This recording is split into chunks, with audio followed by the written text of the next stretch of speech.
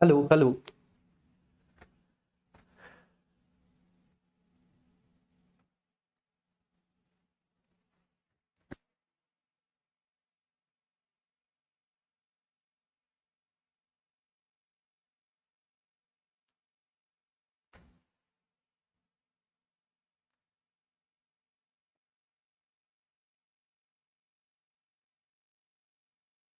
Hello. प्यारे बच्चों नमस्कार। आशा करता हूं कि आप सभी लोग बहुत अच्छे होंगे, स्वस्थ और मस्त होंगे, जबरदस्त होंगे, शानदार और फर्स्ट क्लास होंगे। जी, आप सभी लोगों का बहुत बहुत स्वागत है। लाइट क्यों कम है? लाइट ठीक है बेटा, लेकिन जितनी होनी चाहिए उतनी है लाइट। चलिए ठीक है, आप सब लोग अच्छे हो भाई।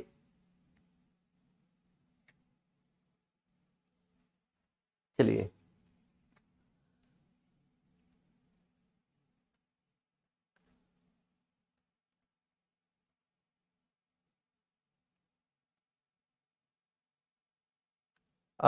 है ना, है ना सर। आप बूमेरंग की तरह क्यों हो रहे हो? मतलब इसका मतलब क्या है भाई? है मैं बताओ जरा। चलिए, थैंक यू सो मच। ठीक है, लव यू ऑल। आप सभी को बहुत सारा ढेर सारा प्यार।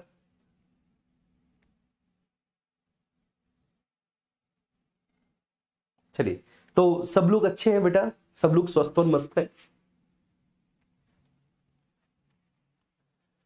चलिए ठीक है, आज का जो हमारा टॉपिक है, अरे तुम डांस के पीछे क्यों पड़ गए हो भाई? चलो ठीक है, जो आज का हमारा टॉपिक है, ठीक है, वो है सर फंडामेंटल ड्यूटीज, मौलिक कर्तव्य, है ना जी। चलिए, तो आज हम मौलिक कर्तव्य के बारे में चर्चा करने जा रहे हैं।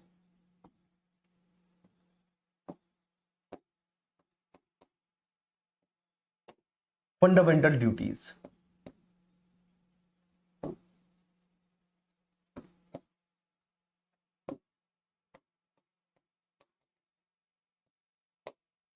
मौलिक कर्तव्य, ठीक है। मौलिक कर्तव्य के बारे में चर्चा करेंगे बहुत अच्छे से। बेटा हम लोग मौलिक कर्तव्यों को ठीक है पढ़ेंगे, ठीक है, एक एक ठीक है पॉइंट मौलिक कर्तव्य का हम बहुत अच्छे से क्लियर करेंगे, ठीक है जी। जी, अब सबसे बड़ा चैलेंज क्या है बेटा मौलिक कर्तव्य में? कि जो 11 मौलिक कर्तव्य है वो हमको याद करने हैं क्लास में, ठीक है। तो याद करना वास्तव में एक बहुत बड़ा चैलेंज होता है। जी हाँ, चलिए आइए स्टार्ट करते हैं, ठीक है जी। तो याद करना एक बहुत बड़ा चैलेंज है। आइए, ठीक है, मौलिक कर्तव्यों को देखते हैं। सबसे पहले, ठीक है, जो इंग्लिश मीडियम वाले बच्चे हैं बेटा, वो इंग्लिश में इनको ओपन कर लीजिएगा, ठीक है, क्योंकि मैं हिंदी और इंग्लिश दोनों में एक साथ नहीं लिख पाऊंगा, इसके लिए मैं असमर्थता व्यक्त करता हूं। ठीक है, मैं केवल हिंदी में लिखूंगा। जो इंग्लिश मीडियम वाले कुछ बच्चे हैं, ठीक है, वो अपना इंग्लिश का साथ ओपन करके रखना। क्लास के क्लास में मैं लर्न आपको करवा दूंगा, इस बात की नहीं।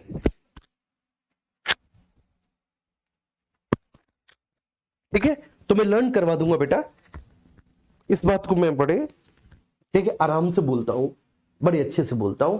चलिए आइए, तो चलते हैं मौलिक कर्तव्य, फंडामेंटल ड्यूटीज। चलिए, सबसे पहली बात तो ये है कि सर ये जो फंडामेंटल ड्यूटीज हैं, जो मौलिक कर्तव्य हैं, ये हमारे ओरिजिनल कॉन्स्टिट्यूशन में, मतलब ये हमारे मूल संविधान में थे नहीं, ठीक है ना। इनको हमने बाद में जोड़ा है, और बाद में जब हमने इनको जोड़ा है तो इनको हमने 42nd कॉन्स्टिट्यूशनल अमेंडमेंट 1976 के माध्यम से जोड़ा है। तो यही पॉइंट हम लिख लेंगे एज इट इज, ठीक है भाई, कि मूल संविधान में नहीं थे।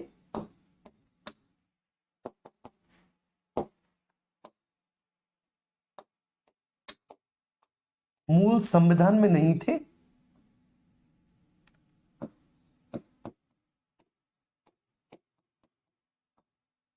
नहीं थे। 42 में संविधान संशोधन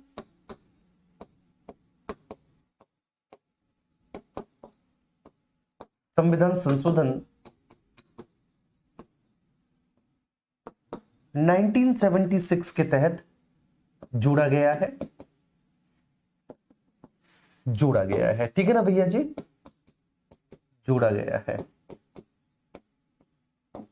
चलिए, ठीक है। अब एक प्रश्न ये बनता है कि सर कौन सी कमेटी थी जिसके रिकमेंडेशन के आधार पर इनको जोड़ा गया? तो उस कमेटी का नाम था सरदार स्वर्ण सिंह कमेटी जी, ठीक है। तो सरदार स्वर्ण सिंह कमेटी की रिकमेंडेशन के आधार पर इनको संविधान में शामिल किया गया था। सरदार स्वर्ण सिंह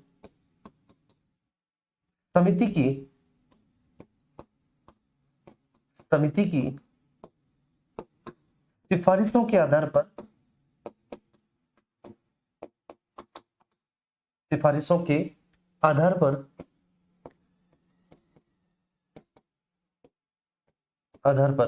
शामिल किया गया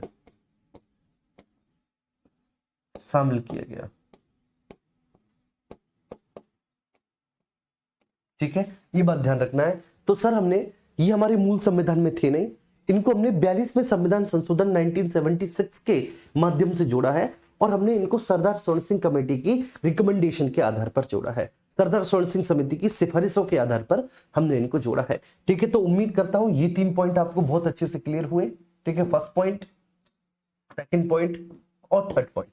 चौथा, ठीक है, एक प्रश्न आप पूछते हो कि सर इनको कहां से हमने ग्रहण किया है, अडॉप्ट कहां से किया है ना। तो जब ये आपसे पूछा जाए कि सर हमने इनको एक्चुअली लिया कहां से है, हमने इनको ग्रहण कहां से किया है, तो भैया मैं आपको बता दूं कि इनको हमने ग्रहण कहां से किया है भैया, तो इनको हमने सोवियत संघ के संविधान से। ठीक है, ध्यान रखना।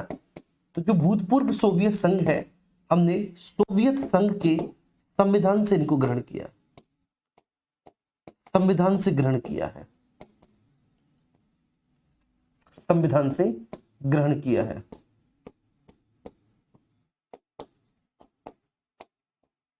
ग्रहण किया है। ठीक है जी, क्लियर हो गया। तो भैया जी हमने इनको कहां से, सोवियत संघ के संविधान से ग्रहण किया। एक्चुअली क्या है कि बेटा समाजवादी देशों में एक व्यवस्था होती है ना। भूतपूर्व सोवियत संघ एक समाजवादी देश था, तो समाजवादी देशों में एक व्यवस्था होती है और वो व्यवस्था ये होती है कि वहां के अधिकारों, वहां के नागरिकों के लिए कुछ ड्यूटीज भी दी जाए बेसिकली। तो जो वहां के नागरिक हैं, ठीक है, उनके ऊपर कुछ फंडामेंटल ड्यूटीज आरोपित की जाए। ठीक है, जिन फंडामेंटल ड्यूटीज को वो स्वीकार करें और उसी के आधार पर वह, ठीक है, अपने देश के उत्थान में, अपने देश के उत्कर्ष में वो अपना सहयोग कर सके।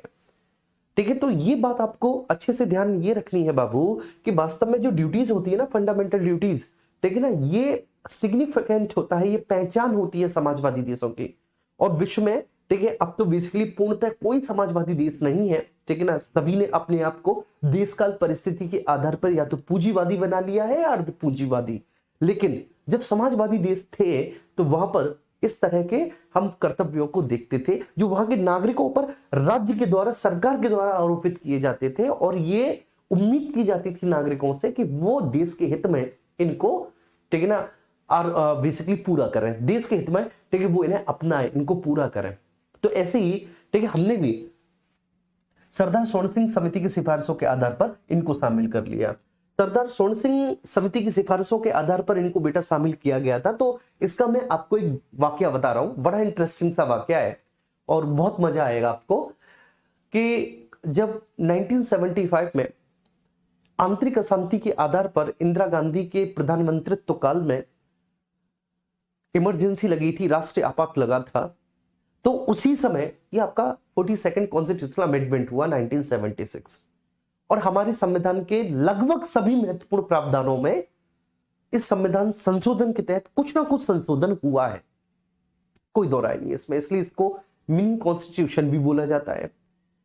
तो वहीं, ठीक है, इंदिरा गांधी जी ने सरदार स्वर्ण सिंह को, ठीक है, एक काम सौंपा था कि वो ये बताएं कि हम संविधान में और कौन से ऐसे प्रावधानों को शामिल करें जिससे कि हमारा संविधान और ज्यादा युक्त हो जाए, मतलब और ज्यादा, ठीक है ना, रीजनेबल हो जाए, और ज्यादा प्रासंगिक हो जाए, और ज्यादा सुंदर हो जाए, सटीक हो जाए, और देश के और नागरिकों के हित में वो और ज्यादा जो है ना कमिटेड हो जाए।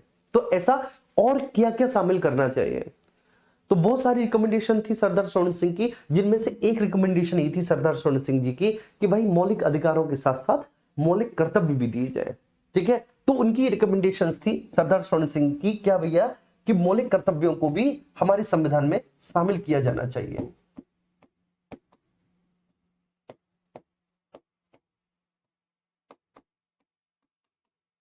सरदार स्वर्ण सिंह बोलते हैं कि मौलिक कर्तव्यों को भी, मौलिक कर्तव्यों को भी संविधान में शामिल किया जाना चाहिए।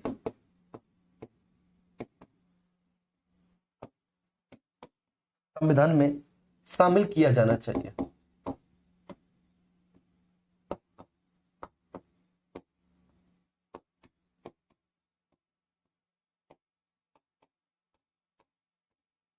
किया जाना चाहिए, है ना। तो हमारे संविधान में बेसिकली फंडामेंटल ड्यूटीज भी, ठीक है, शामिल की जानी चाहिए। अगर मौलिक अधिकार है तो कर्तव्य भी होने चाहिए, ठीक है। और बेसिकली इन्होंने बताया, एक्सप्लेनेशन दिया कि अधिकार और कर्तव्य दोनों एक दूसरे के पूरक होते हैं। अधिकार और कर्तव्य दोनों एक दूसरे के कॉम्प्लीमेंट्री हैं, दोनों एक दूसरे के पूरक हैं, एक दूसरे के पूरक हैं।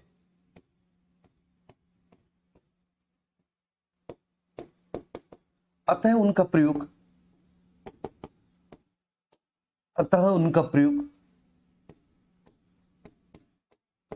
प्रयोग साथ साथ करना चाहिए,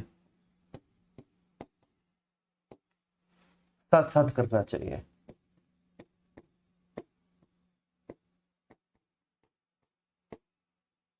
ठीक है, तो इसलिए बेटा उनका प्रयोग एक साथ करना चाहिए। वो एक दूसरे के विरोधाभासी नहीं है, वो एक दूसरे के पूरक है।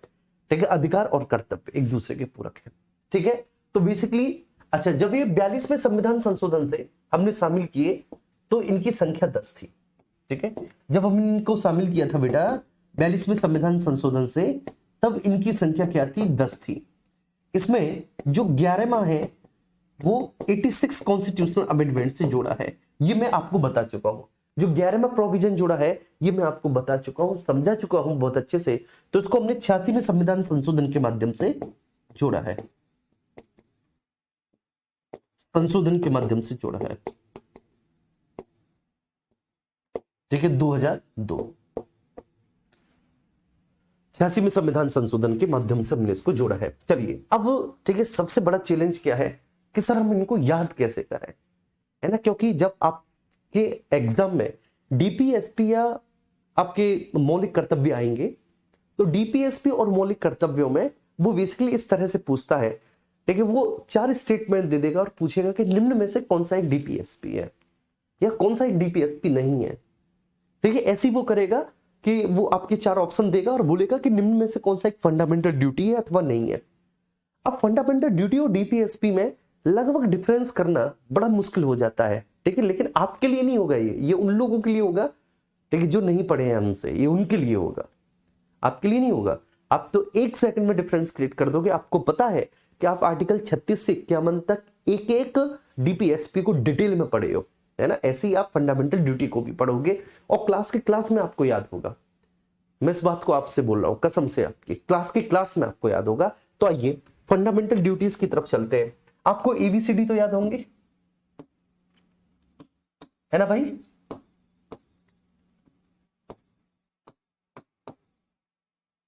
आप सभी को एबीसीडी तो याद होंगी, अरे बोलिए। जी हाँ सर, बिल्कुल होंगी। अगर आपको एबीसीडी याद है तो ऑब्वियस सी बात है फंडामेंटल ड्यूटी भी आपको बहुत अच्छे से याद हो जाएगी। ठीक है, ये जितने भी फंडामेंटल ड्यूटीज हैं आपके, जितने भी मौलिक कर्तव्य हैं, वो सभी आज क्लास में आपको याद हो जाएंगे। लेकिन इसके लिए चलो हम एक ट्रिक की तरफ चलते हैं। क्या है ट्रिक? देखो, हमको ए लिखना है, हमको बी लिखना है, हमको सी लिखना है। पहले हम ये 3 याद करेंगे, है ना, ए बी सी। अब देखो, ए को हम इस तरह से याद करेंगे कि ए फॉर एप्पल हम बचपन से पढ़ते हुए आए हैं। लेकिन अगर हमें फंडामेंटल ड्यूटी पढ़ना है तो ए फॉर हम करेंगे कि ए फॉर एंथम। ठीक है, ए फॉर क्या बेटा? एंथम। एंथम का मतलब क्या होता है सर? एंथम का मतलब होता है राष्ट्रगान। ए फॉर एंथम, है ना जी। तो ए फॉर एंथम आप लिखो, ए फॉर एंथम राष्ट्रगान, मतलब राष्ट्रगान आ रहा है। तो जो वो आपका पहला वाला फंडामेंटल ड्यूटी है, वेरी फर्स्ट जो पहला वाला फंडामेंटल ड्यूटी है, वो पहला वाला फंडामेंटल ड्यूटी कहता है कि सर संविधान का पालन करें, संविधान का पालन करें, उसके आदर्शों, उद्देश्यों, है ना, संविधान का पालन करें, उसके आदर्शों, उसके उद्देश्यों, राष्ट्रध्वज और राष्ट्रगान का, ठीक है, इसमें आ गया कि नहीं राष्ट्रगान, राष्ट्रध्वज और राष्ट्रगान का सम्मान करें। तो इसलिए मैंने बोला था कि मेरे प्यारे बच्चे, ए फॉर एंथम आपको ऐसे याद करना है। क्लियर है? तो ए फॉर एंथम आपको ऐसे याद करना है, कैसे भैया, कि संविधान का पालन करें,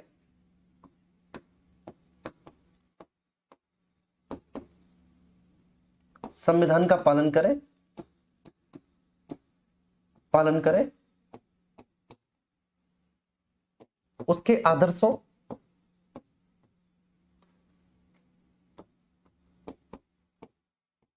उसके आदर्शों, संस्थाओं, राष्ट्रध्वज, राष्ट्रध्वज और राष्ट्रगान का सम्मान करें, राष्ट्रगान का सम्मान करें,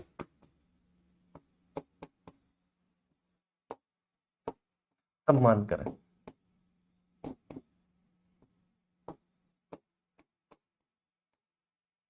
ठीक है भैया, संविधान का पालन करें, मैं फिर से बोलता हूं भैया, संविधान का पालन करें, है ना, उसके आदर्शों, संस्थाओं, राष्ट्रध्वजों और राष्ट्रगान का सम्मान करें।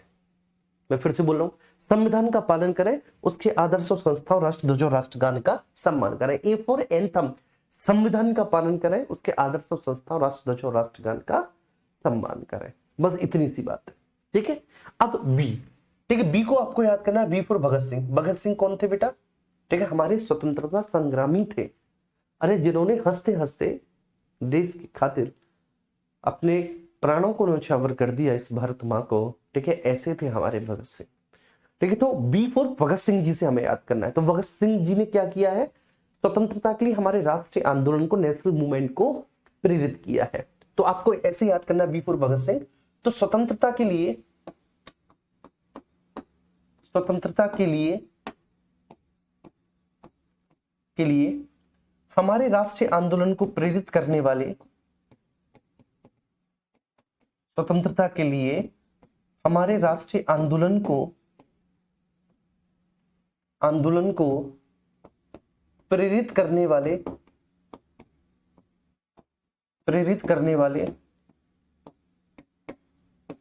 उच्च आदर्शों को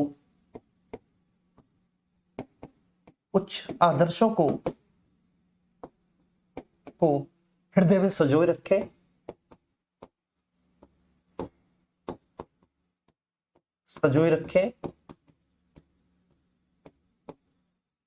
और उनका सम्मान करें, और उनका सम्मान करें, सम्मान करें। ठीक है, ध्यान रखना। तो सर, स्वतंत्रता के लिए हमारे राष्ट्रीय आंदोलन को प्रेरित करने वाले उच्च आदर्शों को हृदय में संजोए रखें और उनका सम्मान करें। ठीक है सर, स्वतंत्रता के लिए हमारे राष्ट्रीय आंदोलन को प्रेरित करने वाले उच्च आदर्शों को हृदय में संजोए रखें और उनका सम्मान करें। अब सी आता है बेटा। ठीक है, सी को आप कैसे याद करोगे? सॉवरेनिटी। सॉवरेनिटी, सी को कैसे याद करोगे मेरे प्यारे बच्चे? सी को आप याद करोगे सॉवरेनिटी से। हालांकि एस फॉर सॉवरेनिटी होता है, लेकिन आप ऐसे याद कर लेना। और सॉवरेनिटी का मतलब क्या है? संप्रभुता।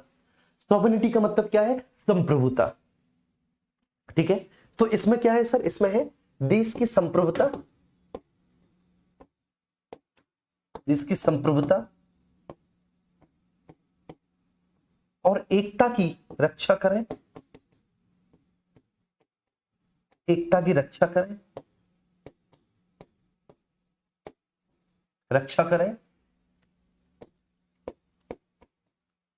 और उसे अक्षुण्ण बनाए रखें, और उसे अक्षुण्ण बनाए रखें, बनाए रखें।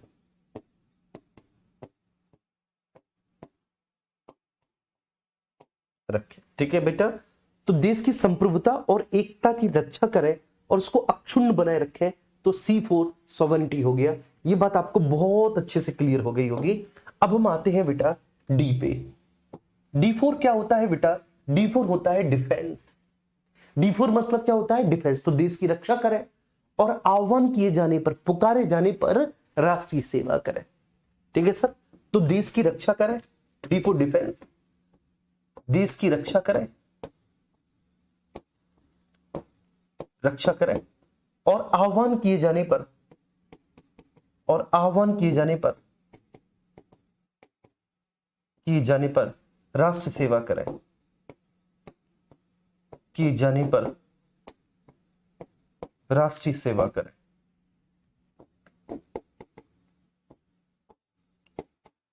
राष्ट्र की सेवा करें, सेवा करें। ठीक है बेटा, ये बात क्लियर हुई, फंडामेंटल ड्यूटीज। तो ए फॉर एंथम, बोलो बच्चे क्या सर?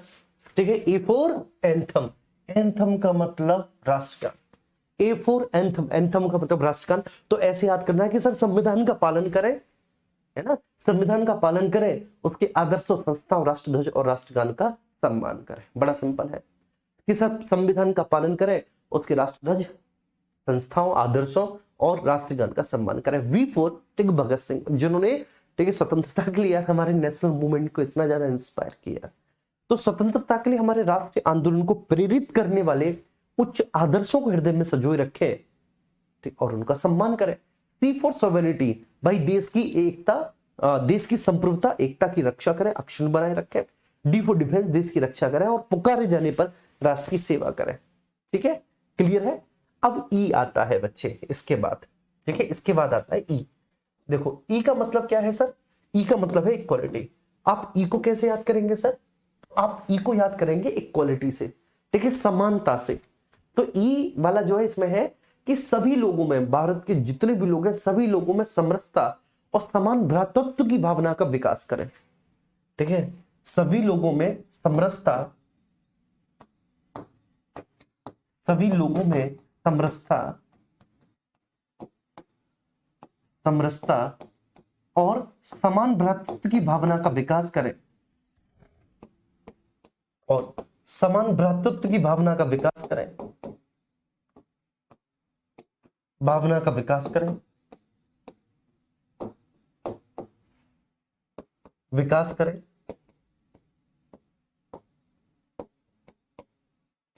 ठीक है, तो बेटा सभी लोगों में समरसता और समान भ्रातृत्व मतलब भाईचारा, इक्वलिटी बेटा, है ना, का विकास करें।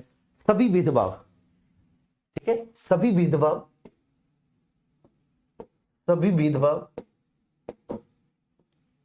जो धर्म, भाषा, ठीक है ना, वर्ग, क्षेत्र पर आधारित हो, उनका त्याग करें। ठीक है, सभी भेदभावों से दूर रहे और ऐसी प्रथाओं का त्याग करें जो महिलाओं के सम्मान के विरुद्ध हो। ऐसी प्रथाओं का त्याग करें, त्याग करें जो महिलाओं के सम्मान के विरुद्ध हो, जो महिलाओं के सम्मान के विरुद्ध हो, महिलाओं के सम्मान के विरुद्ध हो, सम्मान के विरुद्ध हो।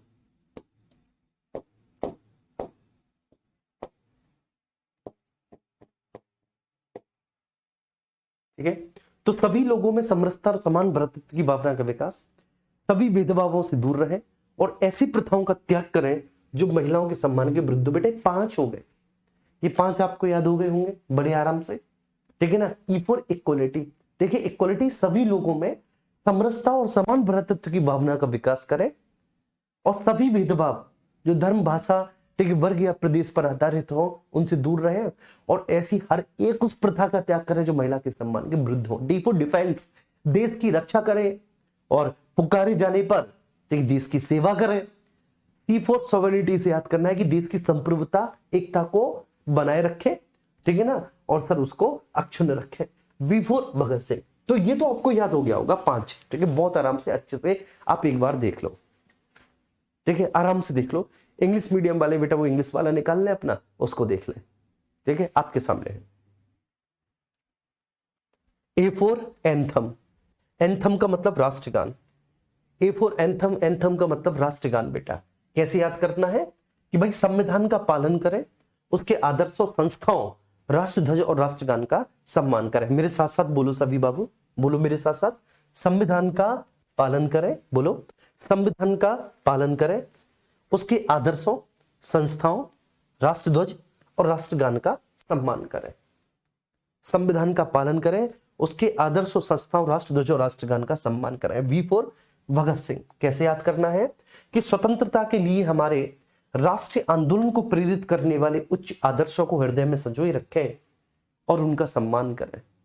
तो स्वतंत्रता के लिए हमारे उच्च आदर्शों को, स्वतंत्रता के लिए हमारे राष्ट्रीय आंदोलन को प्रेरित करने वाले उच्च आदर्शों को हृदय में संजोए रखें, उनका सम्मान करें। सी फॉर सोवेनिटी, देश की संप्रभुता और एकता की रक्षा करें और उसको अक्षुण्ण बनाए रखें। ठीक है, इसके बाद डी फॉर डिफेंस, देश की रक्षा करें और पुकारे जाने पर, आह्वान किए जाने पर राष्ट्र की सेवा करें। ई फॉर इक्वलिटी, सभी लोगों में समरसता और समान भ्रातृत्व की भावना का विकास और सभी भेदभावों से परे रहे और ऐसी प्रथाओं का त्याग करें बेटा जो महिलाओं के, जो स्त्रियों के सम्मान के विरुद्ध हो। जी हाँ, ठीक है, ये बहुत जरूरी है।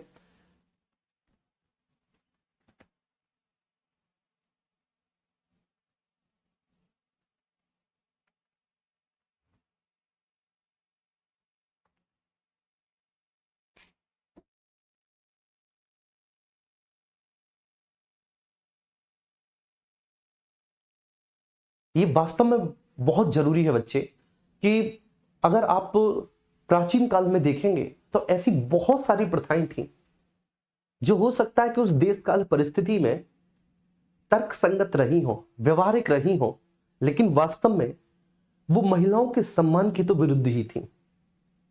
जिसका सबसे घटिया एग्जाम्पल है सती प्रथा। ठीक है, एक ऐसी प्रथा जो महिलाओं के सम्मान के कितने विरुद्ध थी, कितने अगेंस्ट थी।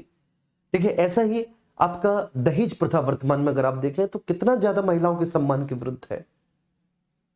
अगर आज आप वर्तमान में दहेज प्रथा को देखें तो महिलाओं के सम्मान के विरुद्ध एक बहुत बड़ी प्रथा है।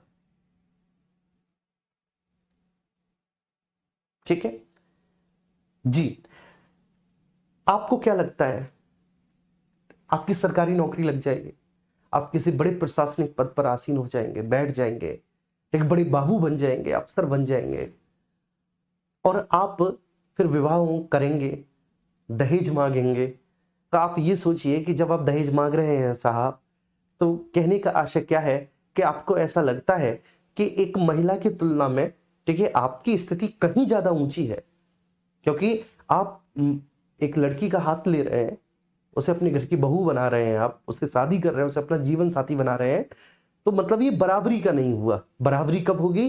ठीक है, बराबरी तब होगी क्योंकि जब वो लड़की अपने साथ भारी भरकम दहेज लेकर आएगी। तो वास्तव में ये जो प्रथा है ना, ये जो व्यवस्था है, ये भी तो महिला के सम्मान के विरुद्ध है। आप इस बात को देखिए।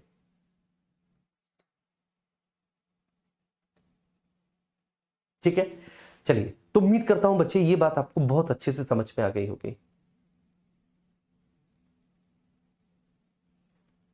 जी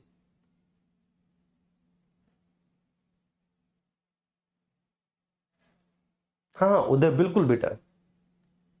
अक्षुण्ण का मतलब है बेटा बनाए रखे उसे।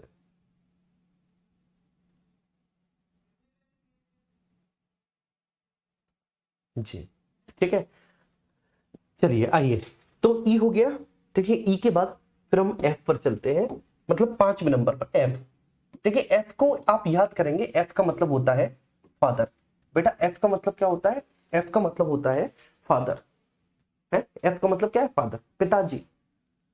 और पिताजी क्या है? जो हमारी गौरवशाली परंपरा की बात करते हैं। आमतौर पर जो पिता है वो गौरवशाली परंपरा की बात करते हैं। तो एफ का मतलब आप ऐसे याद करेंगे कि हमारी गौरवशाली परंपरा का महत्व समझे और उसको बनाए रखें। एफ मतलब हमारी गौरवशाली परंपरा का महत्व समझें, हमारी गौरवशाली परंपरा का महत्व समझें, साली परंपरा का महत्व समझें,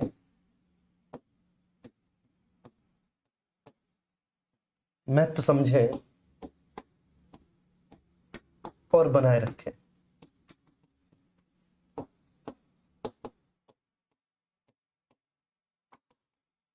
एफ। ठीक है, इसके बाद बेटा जी पे आते हैं। जी का मतलब होता है ग्रीनरी, मतलब हरियाली। ठीक है, तो इसमें है बेटा जी में कि भाई प्राकृतिक पर्यावरण का संरक्षण एवं संवर्धन।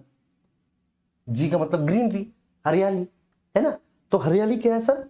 तो भाई प्राकृतिक पर्यावरण का संरक्षण एवं संवर्धन,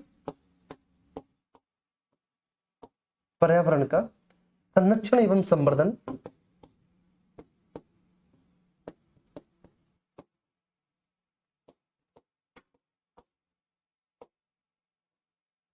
ठीक है। तो सब प्राकृतिक पर्यावरण का संरक्षण एवं संवर्धन, किसका भैया? प्राकृतिक पर्यावरण का संरक्षण संवर्धन, जिसके अंतर्गत वन, वन्यजीव, नदी, झील शामिल है।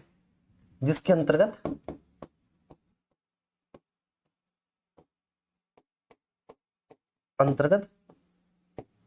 ठीक है, वन, वन्यजीव, नदी, झील शामिल है।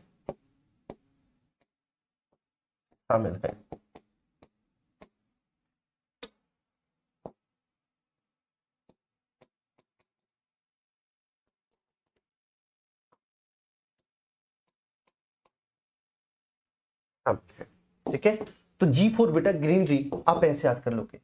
अब H4 होता है बेटा ह्यूमैनिटी। ह्यूमैनिटी का मतलब मानववाद, है ना। तो H को हम याद करेंगे, देखो ये तो याद हो गया। F4 मतलब फादर, अरे हमारे ठीक है पापा लोग वगैरह बेटा क्या, ठीक, गौरवशाली परंपरा की बात करते हैं। ठीक है ना, आपने देखा होगा इस तरह की, जब आप पापा लोगों के साथ बैठे होंगे तो वो अपने समय की बात बताएंगे कि इंसान कितना ईमानदार हुआ करता था, लोग कितने बात वाले हुआ करते थे, बेसिकली कितना गौरव हुआ करता था, कितनी प्रतिष्ठा होती थी। ठीक है, ये सारी बात करेंगे। तो वो तो एफ का मतलब फादर साहब, तो आप इस तरह से याद करेंगे कि हमारी गौरवशाली परंपरा का महत्व समझे और उसको बनाए रखें। इसके बाद G4 ग्रीनरी, तो प्राकृतिक पर्यावरण का संरक्षण संवर्धन, जिसके अंतर्गत वन, वन्यजीव, नदी, झील शामिल है। ये 4 चीज शामिल है। अब आ गया H का मतलब ह्यूमैनिटी, ठीक है, मतलब मानववाद। तो इसमें बोला है कि वैज्ञानिक दृष्टिकोण,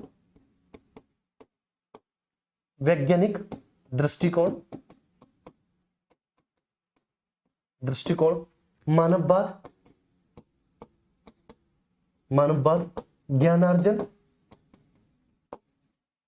और सुधार की भावना का विकास करें। ज्ञानार्जन और सुधार की भावना का विकास करें।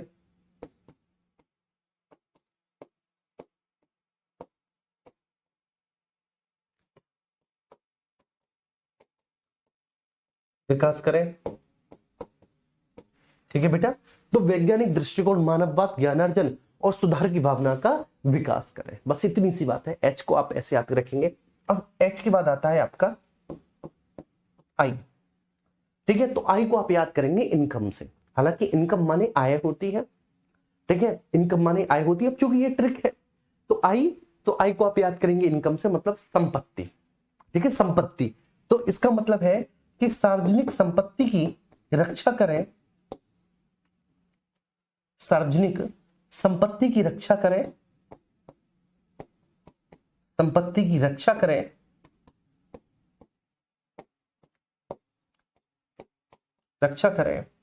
और हिंसा से दूर रहें,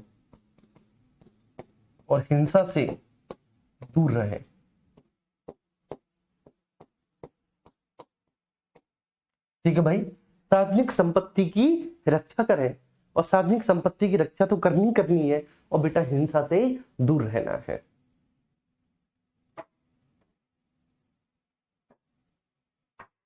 ठीक है जी, क्लियर है। तो सार्वजनिक संपत्ति की रक्षा करें और हिंसा से दूर रहे, ठीक है। आई। अब आई के बाद आता है आपका बच्चे जे। आई के बाद क्या आता है? आई के बाद आता है जे। जे का मतलब होता है जंप लगाना, आगे बढ़ना, कूदना, जंप, है ना। तो इसमें है जे में कि व्यक्तिगत और सामूहिक गतिविधि के सभी क्षेत्रों में आगे की ओर बढ़े। व्यक्तिगत और सामूहिक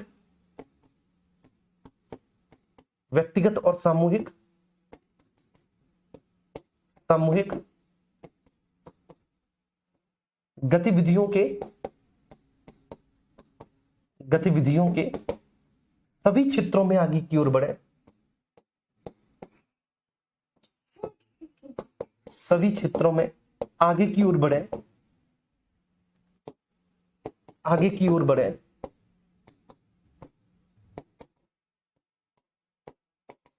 जिससे राष्ट्र निरंतर तरक्की करे, जिससे राष्ट्र निरंतर उन्नति करे। निरंतर उन्नति करे।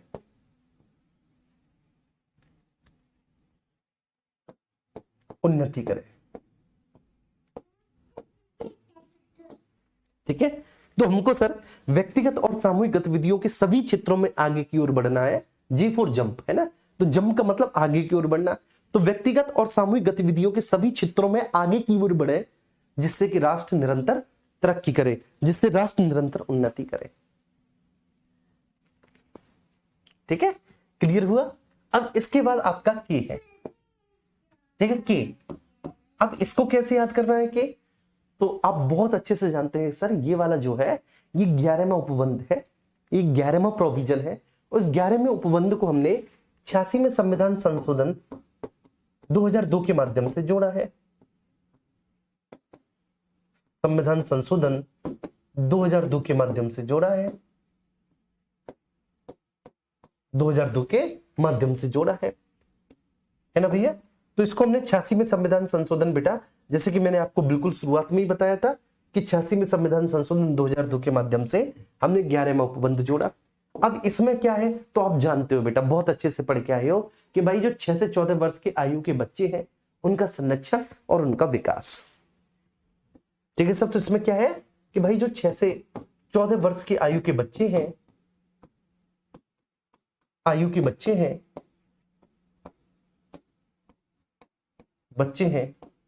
ठीक है, उनका संरक्षण एवं विकास।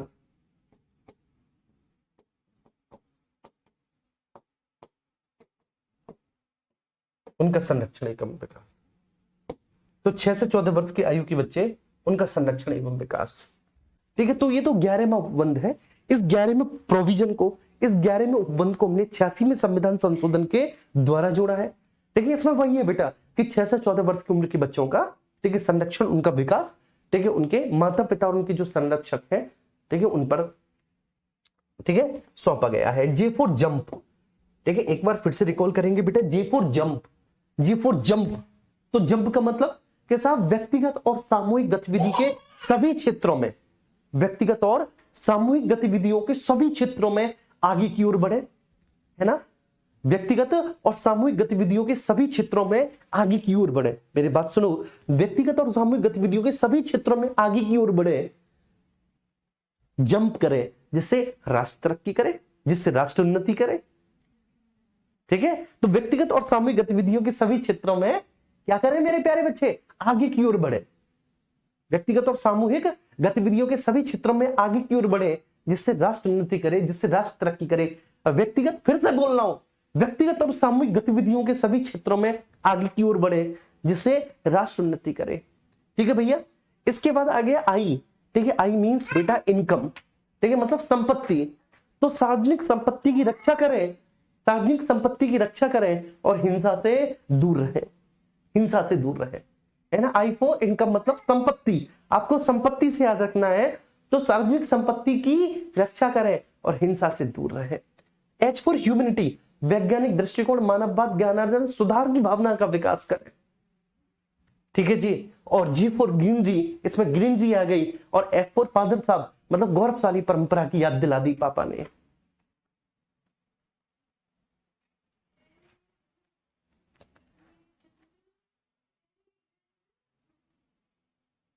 सनी पटेल कह रहे हैं सर आप किताबी भाषा क्यों लिखते हैं। आपने प्लीज की स्पेलिंग गलत लिखी है सनी। प्लीज की स्पेलिंग PLEES नहीं होती, PLES ही होती है, ठीक है ना। पहले आप अच्छे से लिखें, ठीक है। दूसरा, और ये जो आप बोलते हो ना सर जी, ये जो आप बोलते हो ना कि सर आप किताबी, अरे पागल बच्चे, जब आपके एग्जाम में स्टेटमेंट पूछे जाएंगे ना, वो किताबी भाषा में ही पूछे जाएंगे एग्जाम में स्टेटमेंट, ठीक है ना। कि भाई निम्न में से कौन सा एक DPSP है, निम्न में से कौन सा एक मौलिक कर्तव्य है, ठीक है। ये जब पूछे जाएंगे ना तो वो लैंग्वेज किताबी होगी। डेट्स वाई मैंने किताबी लैंग्वेज में आपको लिखवाया है ये, ठीक है ना, ये ध्यान रखना।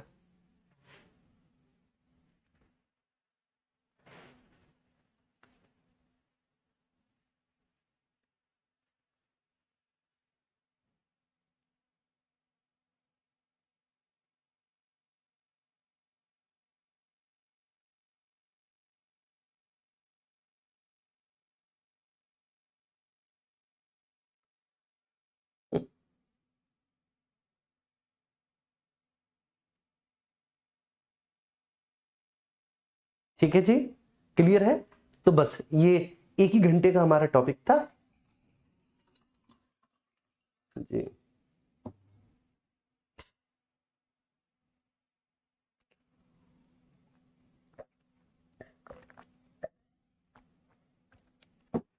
ठीक है, बस एबीसीडी याद हो, मौलिक कर्तव्य याद हो जाएंगे, ठीक है ना। और डीपीएसपी भी मैंने आपको याद कराए, मैंने ना कोई स्लाइड का यूज किया बेटा, लिख लिख के पढ़ाए। हाँ, इंग्लिश मीडियम वालों के लिए थोड़ा सा वो है कि वो एक बार खोल के बैठ जाए, उनको भी याद हो जाएगा, ठीक है ना।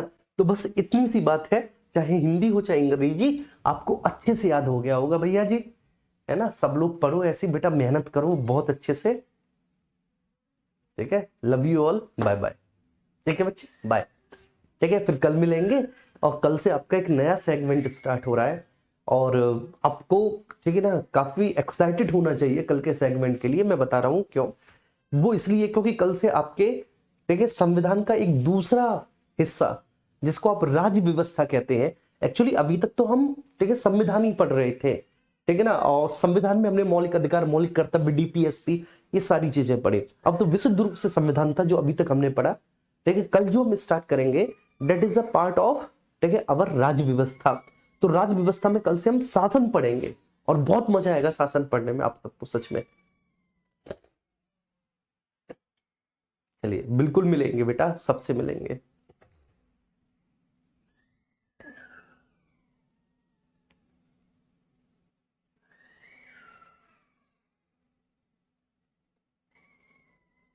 चलिए, ठीक है, thank you, thank you so much, thank you.